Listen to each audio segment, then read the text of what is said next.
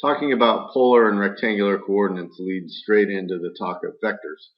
Now what a vector is just a quantity with magnitude and a direction. The magnitude corresponds to the length of this thing we call a vector, and the direction talks about the angle relative to standard position. So this blue arrow, if you will, represents our vector. It has a length, which can be described as the magnitude, and it has a direction or an angle from standard position that we can calculate. Some verbiage. If I have a vector, it emanates from the origin, and we call that piece the tail. It ends somewhere out in space, and we call that the tip. The angle it makes with the standard position is theta. I can name vectors pretty much two ways, and they're both named by this odd form of a coordinate. You can tell it's a vector by the shape of the brackets that the point lies within. So you'll see here that this vector is in polar form. In other words, we're given the radius or the length of the segment. This is the magnitude. And how far it is from the standard position. In other words, its direction. Notice the bracketing that takes place. It's not parentheses. Parentheses indicate points. These brackets indicate it's a vector. Notation for vectors is this half arrow, if you will, above a letter. Now, you'll notice this guy's in polar form because it has an angle. This is in what's called component or rectangular form. Rectangular forms talk about a vector having an x component and a y component, much like an xy point. Although this is a point, notice its bracketing, it's parentheses, and this is a vector, notice its bracketing, looks like a greater than less than type bracket. If we want to talk angles that have the same magnitude but going in the opposite direction, if I want to flip this angle over in the other direction, I can do it a couple of different ways. But the best way to do that is to take and indicate, well, I have the negative vector, which gives us a negative radius, or this -4 leading, and the 20 degrees. And remember that -4 leading can be written as 4 and then 20 plus the 180 degrees. We covered that in our polar coordinate discussion. Now if I want to take and move the vector -6, 2, then all I really have to do is once again put a negative in front of the vector b. But in this case, since each is a coordinate point, I just go the opposite direction of each one of those coordinates. So -6 becomes +6, +2 becomes -2. Vectors can be drawn anywhere in space, but are typically named by one coordinate relative to standard position. In other words, you take the tail of your vector, slide it to the origin, and make sure that your vector is still pointing in the same relative direction as it was out in space. In order to calculate that point, to name it as a unique coordinate, we're going to take the tip minus the tail of the x coordinates and the y coordinates in each. So, if we take a look at vector A, I want to use the tip minus tail method for the x's. In other words, -1 minus -4. And then the tip minus tail method for the y's of 1 minus 4. Notice this gets me a vector of 3 and -3. Think about where that would land if I were to start at the origin. 3, -3 would be somewhere in the fourth quadrant. And if I look at the initial vector, it's pointing in the same relative direction, it's just slid down. Let's do the same for the rest of these. Vector B would be 5 minus 2 and 7 minus 2. Or 3 and 5. And looking at the vector 3 and 5, that would be pointing somewhere in the first quadrant. Like so. And that's relatively the same look as I had with the vector out in space. Vector C is given by the tip minus tail method again. So I have -5 minus -3 and -2 minus -8. This yields -2 and 6. And if I look at where -2, 6 would be, it's pointing somewhere out into that second quadrant area, which is roughly what that vector is doing there. Finally, vector D is given by 3 minus 3 and -6 minus -2, or 0 and -4. And this vector is pointing straight down, which makes sense.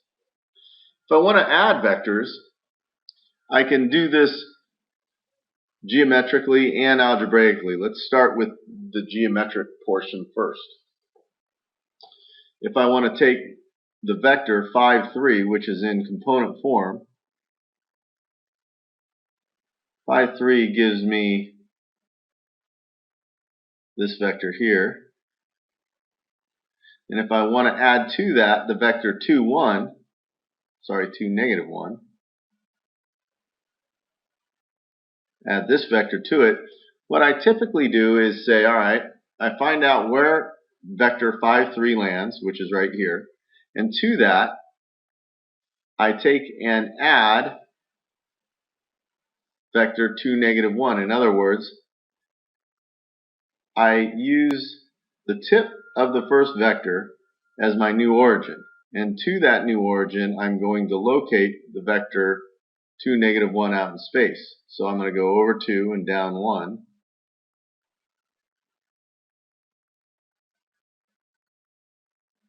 And connect the two. If I were to take then and draw from my origin out to the tip of the second vector I added, that is going to represent the sum and my new vector. This new vector being over 7 and up 2. And if you notice,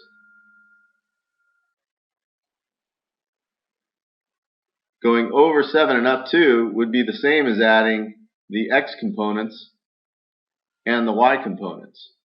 So geometrically, you want to add the tail of one vector to the tip of another. Algebraically, add the x components to the y components as long as these vectors are already in component form or rectangular form, if you want to use that verbiage instead. So once again, we have some vector, and this vector could have a magnitude, which we'll typically call r, and some direction, or theta. Its vertical component is given by its y value, and its horizontal component is given by its x value. And we also know that if we need those x and y values, it's just the same as calculating r cosine theta and r sine theta. We've done that before. When we talk scalar multiples of vectors in a component form, for instance, here is the vector a. If I want to look at half a, then it's a vector pointing in the same direction, half as long. If I want to look at 3a, that's a vector pointing in the same direction, but 3 times as long. Likewise, if I want to go the opposite direction, twice as long, that would be the vector of -2a. Now, look at some of these coordinate values here. If I look at vector a, which is at the point 2, 4, and I look at 3a, you'll notice 3a is located at 6, 12. And 3a just happens to be a multiplication of 3 times 2 and 3 times 4. And that's basically what's going to happen when we talk scalar multiples in component form. You're just going to multiply the x and the y value, or the x component and the y component, by whatever that multiple out in front of the vector is. Next, we're going to talk a little bit about something called unit vectors. And a unit vector is a vector of magnitude 1, which makes sense, just like the unit circle was a circle with a radius of 1. The standard unit vectors are called I and j, I being a vector of unit 1 pointing directly in the horizontal position, j being a vector of unit 1 pointing directly in the vertical direction. And each vector can be represented by the sum of standard unit vectors.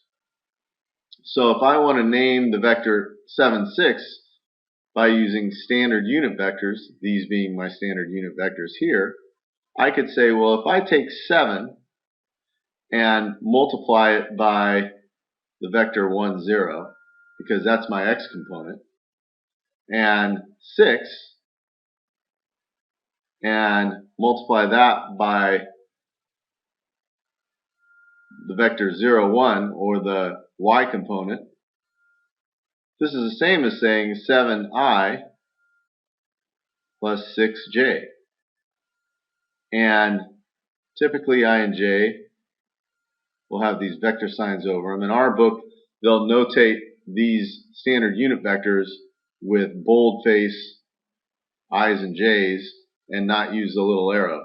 Other books will use the arrow for I and j. But 7i plus 6j says the same thing as 7, 6. It's just saying that I and j are these unit vectors. If we want to write AB as a sum of unit vectors, first of all, what I need to do is notice that A and B represent 2 points. So this is a vector out in space. I'll just do a random drawing. Here's vector A, B, like so. And this vector is made up of a initial point of 2, 3 and a terminal point of 7, 20. In other words, we have the coordinates of the tip minus tail, but we haven't named the vector. Let's name the vector first by going tip minus tail. So I have 7 minus 2 and 20 minus 3, and that's going to be my vector AB. This gives me 5 and 17 for that vector AB. And if I want to represent that in terms of unit vectors, I can say that's 5i plus 17j.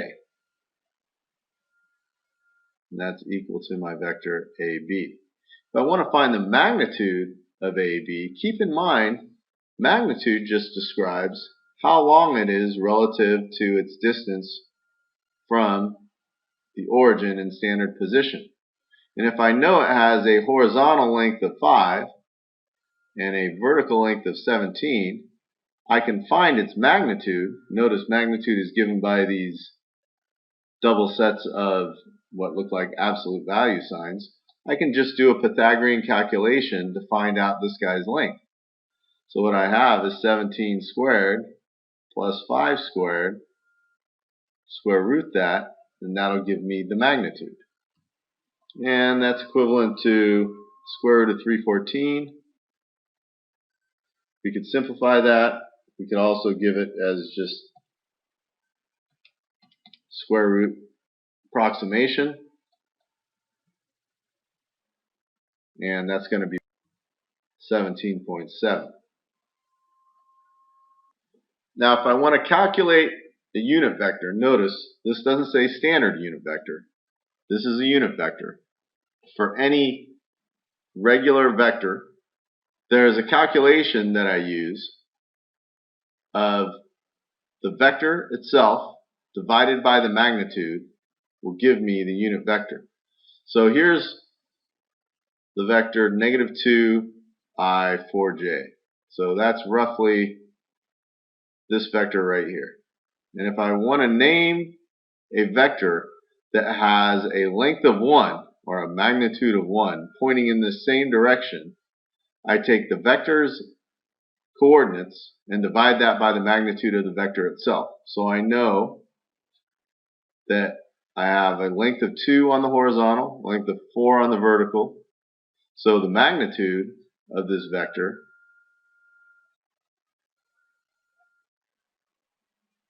is given by 2 squared plus 4 squared square rooted, or in this case 2 root 5. And if I want to find the unit vector of this same vector, I take the negative 2, divide that by the magnitude of 2 root 5, and that's its I component, or its horizontal component. And then the vertical component will be given by 4 divided by 2 root 5. And that's the j. This gives me negative 1 over root 5I plus 2 over root 5j. Some books will leave it like this, other books will rationalize, giving you root 5 over 5I and 2 root 5 over 5j. Lastly, we're going to write a vector in the form of AI and b times the unit vector j, given that it has a magnitude of 7 and the angle it makes with the positive x-axis is 97 degrees. Well, think about that. Here's my vector, if you will, that is given by a magnitude of 7 and 97 degrees. Well, if I want this in ij form, all I really need to do is find my x and y components. My x components are given by the radius value, or the magnitude in this case, the 7 times the cosine of 97, and my y is given by the magnitude, 7, times the y component of 97 degrees. 7 cosine 97 degrees is roughly 0.85 of the negative type, which makes sense since it's in the second quadrant. And 7 sine 97 is about 6.95. So if I convert those to unit vector form, I have negative 0.85 I plus 6.95 j.